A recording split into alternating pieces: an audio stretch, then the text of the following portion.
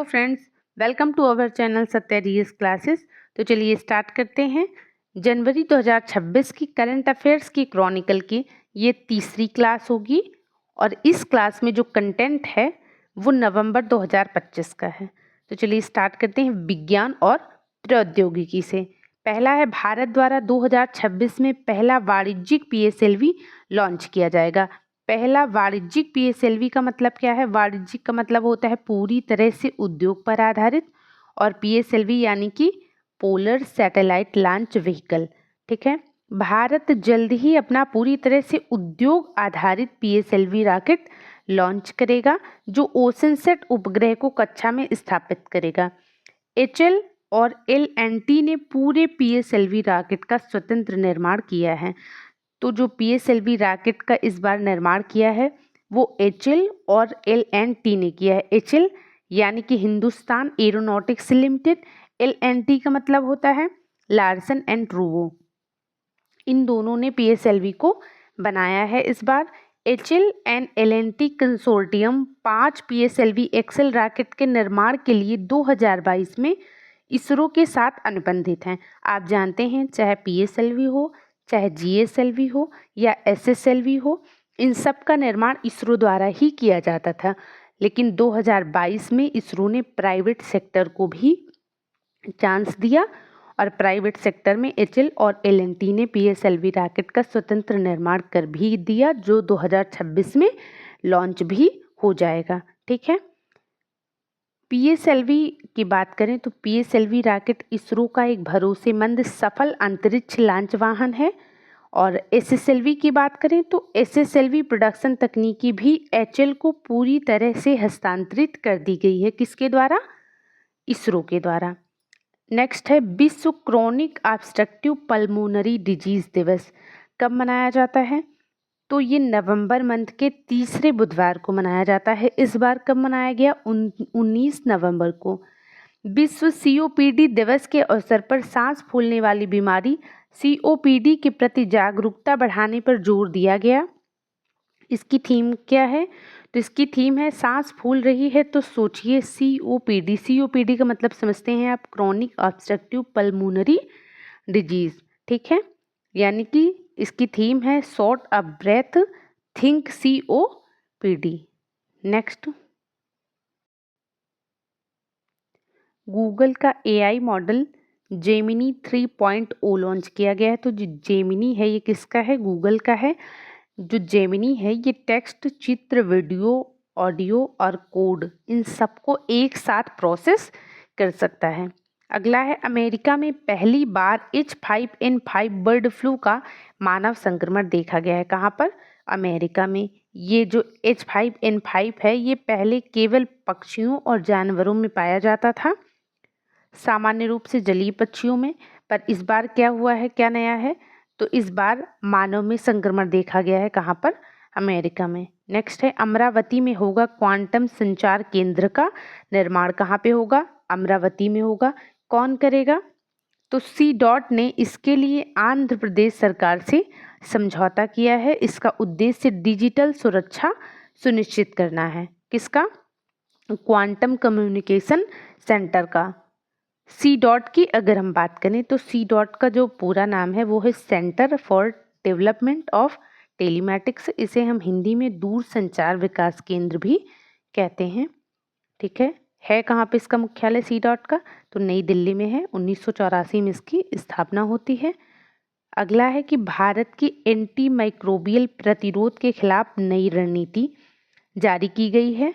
नवंबर 2025 में भारत ने नई राष्ट्रीय कार्य योजना एंटी माइक्रोबियल रेजिस्टेंस, जिसे हम बोलते हैं AMR NAP AMR 2.0 लॉन्च की है। कब से कब तक के लिए? 2025 से 2029 तक के लिए, जो विश्व AMR जागरूकता सप्ताह के अवसर पर जारी हुई। AMR है क्या? तो ये वो प्रक्रिया है जिसमें सूक्ष्म जीव दवाओं के प्रति असंवेदनशील हो जाते हैं, जिससे संक्रमण का उपचार कठिन हो जाता है। ये गंभीर वैश्विक चुनौती है जो स्वास्थ्य प्रणाली और अर्थव्यवस्था दोनों को प्रभावित करती है। आगे चलते हैं। अगला है रूमेटाइड अर्थराइटिस। RA के लक्षणों से पहले शरीर के संकेत। तो क्या संकेत मिलते हैं, क्या पता चला है इसके बारे में? तो RA से पीड़ित होने वाले रोगियों की इम्यून प्रणाली वर्षों पहले एक्टिव हो जाती है, इससे पहले कि कोई लक्षण प्रकट हो। ये रोग जो है ये मुख्यतः 30 से 60 वर्ष की उम्र में देखा जाता है, और जो महिलाओं में जोखिम है ये पुरुषों से 3 गुना अधिक होता है। किसमें? रूमेटाइड अर्थराइटिस में। ये जो रूमेटाइड अर्थराइटिस है एक ऑटो इम्यून बीमारी है जिसमें रोगी की प्रतिरक्षा प्रणाली जोड़ों को संक्रमित मान करके उन पे हमला करती है। इससे जोड़ों में सूजन, दर्द और स्थायी क्षरण होता है। ठीक है, अगला क्या है? अगला है भारत में ट्यूबरक्लोसिस संक्रमण में 21% की गिरावट। जो वैश्विक गिरावट है वो कितनी है? वो मात्र 12% है। लेकिन भारत में कितनी गिरावट हुई है ट्यूबरक्लोसिस संक्रमण में? तो भारत में 21% गिरावट हुई है, यानी कि भारत ने इस पर बहुत काम किया है।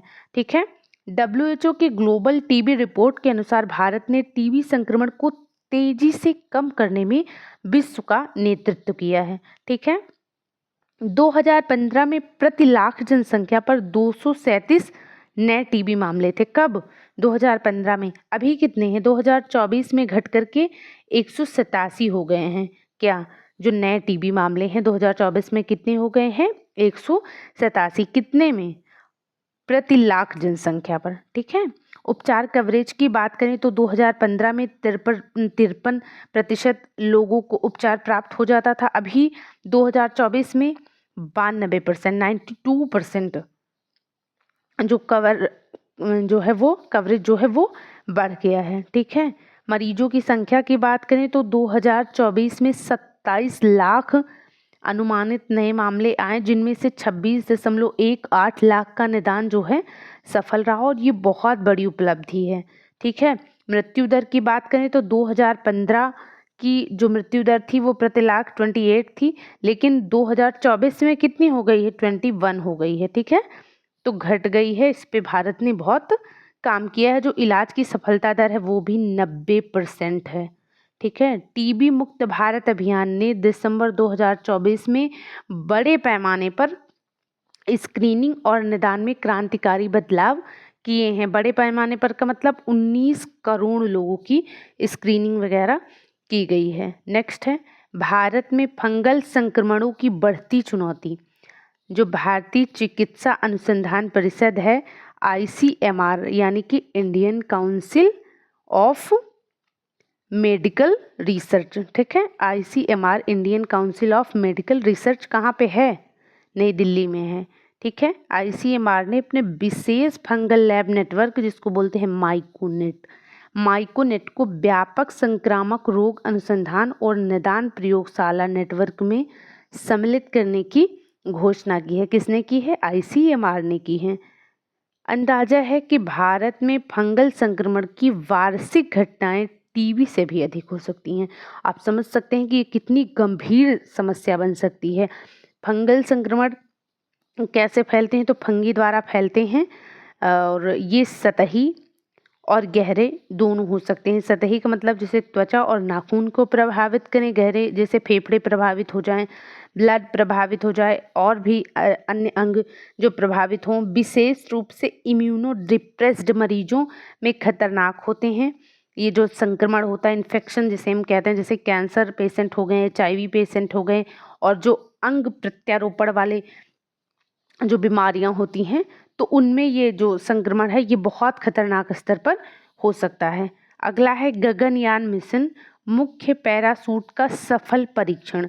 इसरो ने गगनयान अंतरिक्ष यात्रा मिशन के क्रू मॉड्यूल हेतु मुख्य पैराशूट के क्वालिफिकेशन के लिए एकीकृत मुख्य पैराशूट एयर ड्रॉप टेस्ट, जिसको IMAD बोलते हैं, integrated main parachute air drop test IMAD, ये कहाँ पे किया है? तो झांसी के बबीना फील्ड फायरिंग रेंज में सफलतापूर्वक संपन्न किया है। ये जो टेस्ट है, जो मुख्य पैराशूट का टेस्ट है, किसके लिए? गगनयान मिशन के लिए। अगला है आदित्य L1 द्वारा सूर्य के कोरोनल मास इजेक्शन का निकटतम अवलोकन किया गया है। किसके द्वारा? आदित्य L1 द्वारा। आप जानते हैं आदित्य L1 सूर्य पर भेजा गया था। नवंबर 2025 में भारतीय खगोल भौतिकी संस्थान IIA, ठीक है, इसको बोलते हैं इंडियन इंस्टीट्यूट ऑफ एस्ट्रोफिजिक्स, और नासा के वैज्ञानिकों ने संयुक्त रूप से पहली बार सूर्य के पास से निकटतम कोरोनल मास इजेक्शन का दृश्य स्पेक्ट्रोस्कोपिक अवलोकन किया है। कोरोनल मास इजेक्शन होता क्या है? तो सूर्य से निकलने वाले विशाल प्लाज्मा एवं चुंबकीय क्षेत्र के विस्फोट हैं जो पृथ्वी समेत पूरे सौर मंडल की अंतरिक्ष मौसम व्यवस्था को प्रभावित करते हैं। ठीक है, अगला क्या है? अगला है भारत द्वारा सैन्य संचार उपग्रह CMS-3 का सफल प्रक्षेपण। CMS-3 है क्या? ये सैन्य संचार उपग्रह है। इसरो ने सतीश धवन अंतरिक्ष केंद्र से अपने भारी सैन्य संचार उपग्रह CMS-03 को LBM-3M5 रॉकेट के माध्यम से, ये रॉकेट का जो नाम है ना, ये याद रखना, कई बार इस तरह से क्वेश्चन पूछ लिया जाता है कि रॉकेट का नाम क्या है ना, और या फिर उपग्रह का नाम क्या है। तो जो CMS-03 है ये भी याद रखना, और ये जो LBM-3M5 रॉकेट है ये भी याद रखना।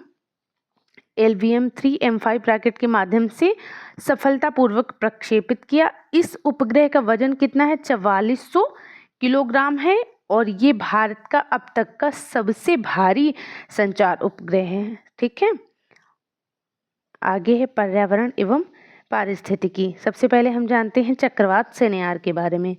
IMD की बात करते हैं, इंडियन मीटियोलॉजिकल डिपार्टमेंट की। तो इसने पुष्टि की है कि मलक्का जलडमरू मध्य और दक्षिण अंडमान सागर में बना निम्न दबाव क्षेत्र अब गहरे अवदाब में बदल चुका है तथा इसे चक्रवात सेनेयार में परिवर्तित होने की संभावना है।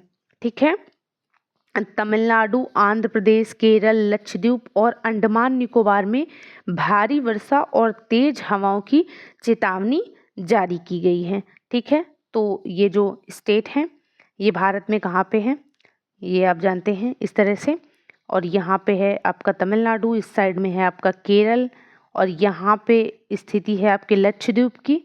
ठीक है, इसी के साथ यहाँ से लगा हुआ है आंध्र प्रदेश, और इस साइड है आपका अंडमान निकोबार। तो ये जो चक्रवात सेनेयार है ये इस पूरे क्षेत्र को प्रभावित करेगा। ठीक है, जो सेनेयार नाम है ये किस देश ने दिया है? सेनेयार नाम UAE ने दिया है। और सेनेयार का अर्थ क्या होता है? तो इसका अर्थ होता है सिंह। ठीक है, अगला है अंटार्कटिक ओजोन छिद्र दशकों बाद आकार में सबसे छोटा हुआ है। किसने बताया है? नासा ने इस बात की पुष्टि की है। ओजोन छिद्र जो है इस बार जो 2025 में इस बात की पुष्टि की गई है कि अभी तक सबसे छोटा जो है छिद्र हुआ है। कहाँ पे? अंटार्कटिक में। ओजोन परत पृथ्वी के समताप मंडल में स्थित है। सबसे ज़्यादा पूछा जाने वाला क्वेश्चन है ये कि ओजोन परत कहाँ पाई जाती है? तो ये समताप मंडल में पाई जाती है, स्ट्रेटोस्फीयर में पाई जाती है। ये सूर्य से आने वाली हानिकारक अल्ट्रावायलेट किरणों को रोकती है। ठीक है, डाप्सन इकाई क्या है ये भी पूछा जाता है, डाप्सन यूनिट। तो ये वायुमंडल में ओजोन की मात्रा मापने की इकाई है जो डाप्सन यूनिट है। ठीक है, अगला है मॉन्ट्रियल प्रोटोकॉल के बारे में। मॉन्ट्रियल प्रोटोकॉल कब का है? तो 1987 का है, ये इम्पॉर्टेंट है। दूसरी बात, मॉन्ट्रियल प्रोटोकॉल एक वैश्विक संधि है जिसने CFCs और हेलोन्स जैसी ओजोन क्षयकारी रसायनों को चरणबद्ध तरीके से समाप्त करने का प्रयास किया गया है इसके तहत। किसके तहत? मॉन्ट्रियल प्रोटोकॉल के तहत। नेक्स्ट है इथियोपिया के अफार क्षेत्र में स्थित हाईली गुब्बी ज्वालामुखी 12,000 वर्षों बाद एक्टिव हुआ है, और ये जब एक्टिव हुआ, जब इसमें विस्फोट हुआ, किसमें? हाईली गुब्बी ज्वालामुखी में, तो राख के बादल यमन, ओमान, भारत और उत्तरी पाकिस्तान पर पहुंचे हैं, उत्तरी पाकिस्तान तक पहुंचे हैं। ये याद रखना कि जो हाईली गुब्बी ज्वालामुखी है ये कहाँ पे है? तो ये इथियोपिया में स्थित है। आगे चलते हैं। नवंबर 2025 में प्रधानमंत्री मोदी जी ने G20 शिखर सम्मेलन में भारत की ओर से 2 प्रमुख वैश्विक पहलें प्रस्तुत की हैं। तो याद रखना किसने? प्रस्तुत की हैं प्रधानमंत्री मोदी जी ने G20 शिखर सम्मेलन में। एक तो है क्रिटिकल मिनरल्स सर्कुलेटरी इनिशिएटिव और दूसरा है ओपन सैटेलाइट डेटा पार्टनरशिप। जैसे क्रिटिकल मिनरल्स है तो इसमें आपका लिथियम आता है, कोबाल्ट आता है। लिथियम का आप जानते हैं इसका यूज बहुत ज़्यादा है, जैसे बैटरी बनाने में, इलेक्ट्रॉनिक्स में इसका यूज बहुत ज़्यादा किया जाता है। किसका? लिथियम का। तो ये क्रिटिकल मिनरल्स में आता है। आगे चलते हैं। नवंबर 2025 में ब्राज़ील के बेलेम में आयोजित COP30 सम्मेलन में भारत ने संयुक्त क्रेडिटिंग मैकेनिज्म JCM को वैश्विक जलवायु कार्यवाही हेतु व्यापक रूप से अपनाने का आह्वान किया। जापान द्वारा शुरू किए गए इस मैकेनिज्म में 31 साझेदार देश शामिल हैं और भारत ने 2025 में इसमें प्रवेश किया है। किसमें? JCM में, संयुक्त crediting mechanism, joint crediting mechanism में भारत ने प्रवेश किया। कब? 2025 में। दूसरी बात, ये जो COP30 सम्मेलन है ये कहाँ पे आयोजित हुआ था? ब्राज़ील के बेलेम में। ये बात याद रखना, सबसे इम्पॉर्टेंट यही है कि ये जो COP30 सम्मेलन है ये ब्राज़ील में हुआ था। दूसरी बात, कब हुआ था? नवंबर 2025 में हुआ था। अगला क्या है? पर्यावरण मंत्री भूपेंद्र यादव ने ब्राज़ील में आयोजित COP30, ये जो COP30 है ना, ये किसकी तरफ से था? UNFCCC की तरफ से था। ठीक है, UNFCCC का जो COP30 होता है वो कहाँ पे हुआ था? ब्राज़ील में हुआ था। इसमें क्या जानना है? तो पर्यावरण मंत्री भूपेंद्र यादव ने COP30 में घोषणा की है कि भारत 2026 में नई दिल्ली में global big cat alliance summit का आयोजन करेगा। ये बात बताई है किसने? पर्यावरण मंत्री भूपेंद्र यादव जी ने। तो ये जो global big cat alliance summit है इसका आयोजन नई दिल्ली में होगा। और कब होगा? तो 2026 में होगा। IBCA में वर्तमान में 17 देश शामिल है। IBCA क्या है? इंटरनेशनल बिग कैट अलायंस, ये है IBCA। इसमें वर्तमान में 17 देश शामिल हैं, जबकि 30 से अधिक देशों ने इसमें शामिल होने की इच्छा जताई है। ठीक है, सुप्रीम कोर्ट ने ग्रेट इंडियन बस्टर्ड और लेसर फ्लोरिकन के संरक्षण संबंधी याचिका के दौरान कहा, क्या कहा? कि पश्चिमी मूल की पर्यावरणीय अवधारणाएं इनके संरक्षण में अपर्याप्त हैं, क्योंकि जो ये अवधारणाएं हैं ये मानव केंद्रित हैं और संकटग्रस्त प्रजातियों की रक्षा के लिए ये पर्याप्त नहीं है। ये बात सुप्रीम कोर्ट ने किसको लेकर के कही है? ग्रेट इंडियन बस्टर्ड और लेसर फ्लोरिकन को लेकर। अगला है यूरोपियन यूनियन का नया जलवायु लक्ष्य क्या है? 2040 तक 1990 के स्तर की तुलना में ग्रह में हानिकारक गैसों के शुद्ध उत्सर्जन में 90% की कमी लाने का लक्ष्य निर्धारित किया है। किसने? यूरोपियन यूनियन ने। कब तक? 2040 तक। ठीक है, हानिकारक गैसों में आती हैं ग्रीन हाउस गैसेज, ये भी याद रखना। नेक्स्ट है ICAR का 6 वर्षीय अध्ययन। किसका? ICAR यानी Indian council of agriculture research. ICAR ने अपने 6 वर्षीय अध्ययन में बताया कि मृदा कार्बनिक कार्बन में गिरावट आई है। ठीक है, कारण क्या है इसका? जो ये सॉइल ऑर्गेनिक कार्बन है इसमें कमी क्यों हुई, इसमें गिरावट क्यों देखी गई? तो इसका प्रमुख कारण है जलवायु परिवर्तन और असंतुलित उर्वरक उपयोग। ठीक है क्या SOC? ये वो कार्बन है, सॉइल ऑर्गेनिक कार्बन वो कार्बन है जो मिट्टी में पौधों और जीवों के अवशेषों से उत्पन्न कार्बनिक पदार्थों के रूप में मौजूद रहता है। ये मिट्टी की उर्वरता, जल धारण क्षमता और सूक्ष्म जीव गतिविधि का आधार है। अगला क्या है? अगला है डिजिटलीकृत राष्ट्रीय समुद्री मत्स्य सर्वेक्षण 2025। पहली बात, ये जो सर्वेक्षण है इसकी शुरुआत कहाँ से हुई? तो इसकी औपचारिक शुरुआत केरल के कोच्चि से हुई है। इससे भी ज़्यादा जरूरी कि केरल के कोच्चि में एक संस्थान है जहाँ से ये शुरू हुआ है, केंद्रीय मत्स्य अनुसंधान संस्थान। कहाँ पे स्थित है? ये केरल के कोच्चि में है। और ये बात सबसे ज़्यादा पूछी जाती है कि केंद्रीय मत्स्य अनुसंधान संस्थान कहाँ पर है? तो ये केरल में है, याद रखना। ये जो डिजिटलीकृत राष्ट्रीय समुद्री मत्स्य सर्वेक्षण है, इसके लिए व्यास भारत और व्यास सूत्र ऐप द्वारा वास्तविक समय डेटा संग्रह किया जाएगा। कहाँ कहाँ पे हुआ है, तो 9 राज्य और 4 केंद्र शासित प्रदेश के 1.2 मिलियन मत्स्य परिवार इसमें शामिल हैं। 9 राज्य कौन से हैं, तो ये सारे ये जो तटीय राज्य हैं, इधर से लेकर के इधर तक के सारे तटीय राज्य इसमें शामिल हैं। ठीक है। सरकार द्वारा मछुआरों को ट्रांसपोंडर और टर्टर एक्सक्लूडर डिवाइस जो है ये मुफ्त वितरित किए गए हैं। किसके लिए, इसी मत्स्य सर्वेक्षण के लिए। ये जो टर्टर एक्सक्लूडर डिवाइस है ये क्या है, तो ये एक जाल टाइप का होता है। इससे क्या होता है कि जैसे समुद्री कछुए जो हैं ये गलती से पकड़ लिए जाते हैं मछलियों के चक्कर में, तो उनको जो है ना पकड़ा जाए, गलती से वो ना पकड़े जाएं जो समुद्री कछुए हैं। ठीक है। अगला है, भारत में स्वदेशी जन्मी चीता मुखी ने 5 शावकों को जन्म दिया है। कहाँ पर दिया है, तो कूनो राष्ट्रीय उद्यान मध्य प्रदेश में दिया है। ये जो मुखी है ये नामीबिया से लाई गई मादा चीता की संतान है। कब आई थी, तो 2022 में नामीबिया से चीते लाए गए थे और उन्हीं की ये जो मुखी है उन्हीं की संतान है जो आई थी मादा चीता भारत में, तो मुखी उनकी संतान है और अभी मुखी ने 5 शावकों को जन्म दिया है। ठीक है। रिपोर्ट एवं सूचकांक पे आते हैं। तो पहला है जलवायु परिवर्तन प्रदर्शन सूचकांक 2026। ये जो सूचकांक है, ये जो इंडेक्स है, ये किसका है, किसने जारी किया है, तो German watch, new climate institute और क्लाइमेट एक्शन नेटवर्क द्वारा प्रस्तुत किया गया है।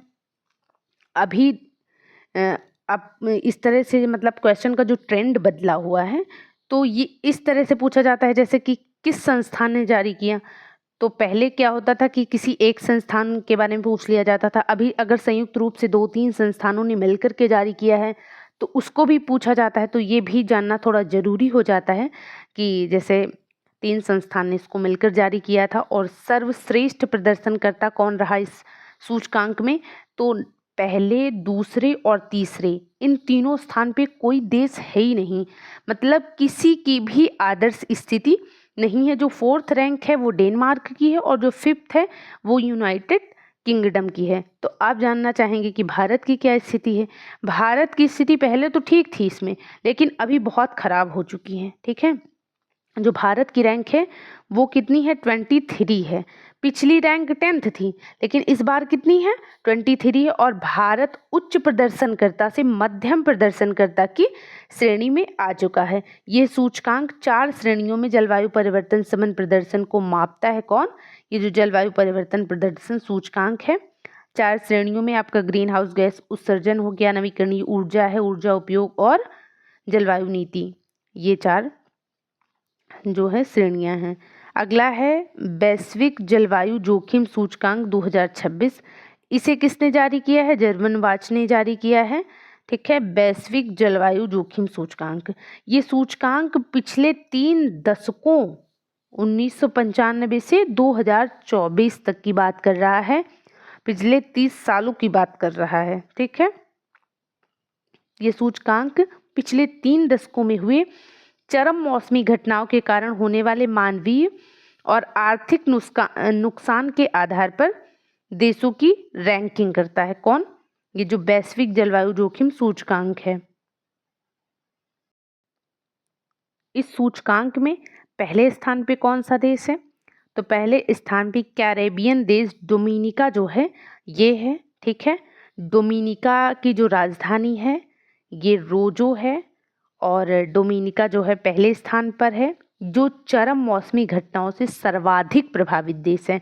भारत की क्या रैंक है जलवायु जोखिम सूचकांक में, तो भारत की जो रैंक है वो 9th है। भारत 9वें स्थान पर है वैश्विक जलवायु जोखिम सूचकांक में। आगे चलते हैं। अगली है उत्सर्जन अंतराल रिपोर्ट, इमिशन गैप रिपोर्ट 2025। किसने जारी की है, तो यूनेप द्वारा जारी की गई है और इसका जो शीर्षक है वो है ऑफ टारगेट। अगला है शीर्ष ग्रीन हाउस गैस उत्सर्जक देश कौन से हैं, तो सबसे ज़्यादा जो ग्रीन हाउस गैस का उत्सर्जन करता है वो चाइना करता है। पहली रैंक भी चाइना की है, सेकंड यूएसए है और थर्ड पे हमारा प्यारा भारत है। किसमें? ग्रीन हाउस गैस उत्सर्जन में। ठीक है, 2024 में वैश्विक ग्रीन हाउस गैस उत्सर्जन कितना रहा? तो 57.7 गीगावाट रहा है। अगला है क्यूएस एशिया यूनिवर्सिटी रैंकिंग 2026 किसने जारी की है? क्यूएस क्वाकवे रेली साइमंड्स ने जारी की है। ये पूछा नहीं जाता है। फिर क्या पूछा जाता है? तो एशिया के कितने संस्थान में भारतीय संस्थान थे? तो एशिया के शीर्ष 100 संस्थानों में कुल 7 भारतीय संस्थान शामिल थे। ठीक है, जो एशिया के शीर्ष 100 संस्थान है उसमें भारत के 7 संस्थान हैं। जो पहला स्थान है इसमें तो वो द यूनिवर्सिटी ऑफ हांगकांग है, ये पहले स्थान पे है। ठीक है, और भारत की तरफ से अगर देखें इन 7 भारतीय संस्थानों में जो पहले स्थान पे है वो भारत का शीर्ष संस्थान है आईआईटी दिल्ली। ठीक है, आगे चलते हैं। खाद्य एवं कृषि स्थिति रिपोर्ट 2025, इसके बारे में क्या बात करेंगे? State of food and agriculture report, इसी को सोफा रिपोर्ट भी कहते हैं। संयुक्त राष्ट्र के फाओ द्वारा जारी, फाओ मतलब फूड एंड एग्रीकल्चर ऑर्गेनाइजेशन, ये एक संस्था है संयुक्त राष्ट्र की, उसके द्वारा ये रिपोर्ट जारी की गई है। इसका उद्देश्य क्या है? सरकारों को भूमि प्रबंधन और खाद्य सुरक्षा से जुड़ी नीतियां बनाने में मदद करना। रिपोर्ट में मानव जनित भूमि क्षरण को एक गंभीर मानवीय संकट बताया गया है। अगर हम फाओ के बारे में जानें तो फाओ जो है यानी कि फूड एंड एग्रीकल्चर ऑर्गेनाइजेशन, खाद्य और कृषि संगठन, इसकी स्थापना कब होती है? 1945 में होती है और इसका जो मुख्यालय है ये इटली के रोम में है। अगली है ग्लोबल मीथेन स्टेटस रिपोर्ट, बहुत इंपॉर्टेंट भी है ये। 2030 तक मीथेन उत्सर्जन में कितनी वृद्धि का अनुमान है? तो 5%। सर्वाधिक मीथेन उत्सर्जक क्षेत्र कौन सा है? ये पूछा जाता है क्वेश्चन, तो याद रखना सबसे ज़्यादा मीथेन उत्सर्जन होता है कृषि क्षेत्र से, कितना? 42%। सेकंड पे है ऊर्जा क्षेत्र, ये भी याद रखना, जो एनर्जी सेक्टर है ये सेकंड है और ये कितना?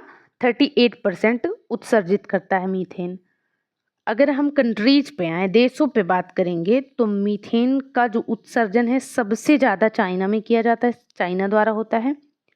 सेकंड पे है यूएसए और थर्ड पे है भारत। भारत प्रतिवर्ष लगभग 31 मिलियन टन मीथेन उत्सर्जित करता है और भारत में पराली जलाने को मीथेन उत्सर्जन का प्रमुख स्रोत बताया गया है। अगला है योजना एवं कार्यक्रम पे आते हैं। सबसे पहले है प्रधानमंत्री फसल बीमा योजना। कृषि एवं किसान कल्याण मंत्रालय ने घोषणा की है कि प्रधानमंत्री फसल बीमा योजना को खरीफ 2026 से विस्तारित किया जाएगा। इसमें अब वन्यजीव हमलों और धान के खेतों में जलभराव से होने वाले नुकसान को भी शामिल किया गया है। किसमें? पीएम फसल बीमा योजना में। ठीक है, ये जो पीएम फसल बीमा योजना है पहली बात कब शुरू की गई थी और ये स्टैटिक बहुत ज़्यादा ज़रूरी है, 2016 में शुरू की गई थी। ठीक है, पीएम फसल बीमा योजना ये केंद्र प्रायोजित योजना है। जब हम केंद्र प्रायोजित योजना की बात करेंगे तो इसका मतलब ये होता है कि इसमें केंद्र की और राज्य की दोनों की हिस्सेदारी चाहिए होगी। यहीं पे अगर हम केंद्र क्षेत्रक योजना की बात करें तो वो उसका जो फंडिंग है वो पूरी तरह से केंद्र सरकार करती है, लेकिन अगर केंद्र प्रायोजित की बात करेंगे तो केंद्र और राज्य दोनों की इसमें हिस्सेदारी होती है। ठीक है, उद्देश्य क्या है फसल बीमा योजना का? तो उद्देश्य है किसानों को प्राकृतिक आपदाओं, कीटों और रोगों से होने वाले नुकसान से सुरक्षा प्रदान करना। अभी जो बीमा कवरेज है इसका ये बढ़ाया गया है, जिसे हाथी है, जंगली सुअर है, नीलगाय है, हिरण है और बंदरों द्वारा फसल नुकसान को भी बीमा घटना माना जाएगा। जैसे किसी क्षेत्र में क्या होता है कि जंगली सुअर बहुत एक्टिव होते हैं, जैसे हमारे क्षेत्र की हम बात करें तो हमारे यहाँ नीलगाय बहुत एक्टिव है, बंदर एक्टिव हैं, तो इनकी वजह से जो नुकसान होता है उसको भी बीमा कवरेज दिया जाएगा। कवरेज की दरें क्या है? तो प्रीमियम दरें जो है ये खरीफ फसल के लिए अगर देखें तो 2% है, रबी फसल के लिए 1.5% है और बागवानी और नगदी फसल के लिए जो कवरेज है वो सबसे ज़्यादा है, 5% है। ठीक है, अगली है क्रेडिट गारंटी योजना। इसके तहत क्या होगा कि निर्यातकों को वित्तीय पहुंच बढ़ाने के लिए 20,000 करोड़ रुपए स्वीकृत हुए हैं। पूछा नहीं जाएगा फिलहाल, ये बस हमने कवर कर लिया है। अनुसंधान विकास और नवाचार योजना, ठीक है, रिसर्च डेवलपमेंट और इनोवेशन से संबंधित ये योजना है। नवंबर 2025 में प्रधानमंत्री मोदी जी ने नई दिल्ली के भारत मंडपम में आयोजित emerging science technology and innovation conclave, जिसको बोलते हैं स्टिक, 2025 में 1 लाख करोड़ की research development and innovation scheme शुरू की है। किसने शुरू की है? प्रधानमंत्री जी ने। कहाँ पर? नई दिल्ली के भारत मंडपम में। ठीक है, योजना का नाम क्या है? RDI योजना। इसका उद्देश्य क्या है? उद्देश्य है उच्च प्रभाव वाले R&D यानी रिसर्च एंड डेवलपमेंट परियोजनाओं को समर्थन देकर के भारत को विज्ञान एवं प्रौद्योगिकी में वैश्विक नेतृत्व की ओर अग्रसर करना है। अगला है दिल्ली सरकार का नींव कार्यक्रम।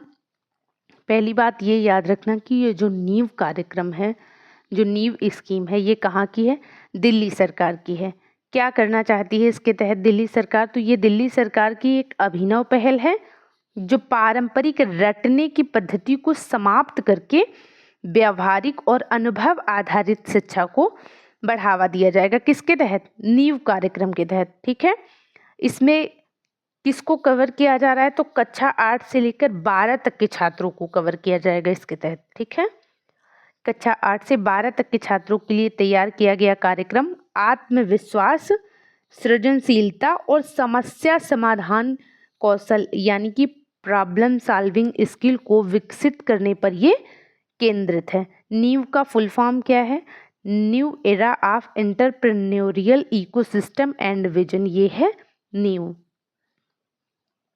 अगला है राष्ट्रीय मधुमक्खी पालन एवं शहद मिशन। ठीक है, NBHM, national bee keeping and honey mission, ये इसका फुल फॉर्म है। ये जो योजना है ये 2020-21 से 2025-26 तक लागू एक केंद्रीय क्षेत्रक योजना है। केंद्रीय क्षेत्रक का मतलब ये जो है इसका जो खर्च है वो केंद्र सरकार वहन कर रही है। 2024 में 1.4 लाख मीट्रिक टन जो है प्राकृतिक शहद का उत्पादन किया गया था। कब?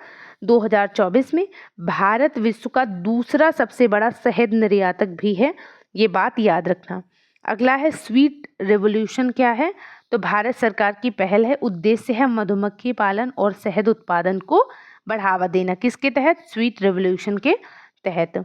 अगला है भारत की डिजिटल पहचान को सशक्त बनाने की पहल। क्या है? 30 अक्टूबर 2025 को उडाई ने आधार विजन 2032 लॉन्च किया है। किसने लॉन्च किया है? उडाई ने। ठीक है, उडाई यानी कि unique identification authority of India. और इससे होगा क्या? तो ये भारत के आधार इकोसिस्टम को आधुनिक तकनीकों से सशक्त बनाने का दीर्घकालिक रोड मैप है। इसका लक्ष्य आधार को सुरक्षित, स्मार्ट और वैश्विक स्तर पर प्रतिस्पर्धी बनाना है। किसका? उडाई का। ये जो आधार विजन 2032 है इसका। ठीक है, UIDAI unique identification authority of India, ये इसका फुल फॉर्म है, ये बात याद रखना। और जो अभी उडाई के अध्यक्ष हैं वो कौन है? तो वो है नीलकंठ मिश्रा जी। इनकी अध्यक्षता में एक उच्च स्तरीय विशेषज्ञ समिति का गठन किया जाएगा जो कि आधार से संबंधित होगी। अगला है विमानन परिसंपत्तियों और नेटवर्क के निर्माण एवं प्रबंधन से संबंधित योजना है। कौन सी? बीमान योजना। बस इतना याद रखना, एक तो ये उड़ीसा सरकार की योजना है, दूसरी बात किससे संबंधित है? विमानन परिसंपत्तियों से संबंधित है। आई होप आपको ये क्लास पसंद आएगी। अगर आती है तो प्लीज़ इसे लाइक और शेयर जरूर करें। Thank you so much.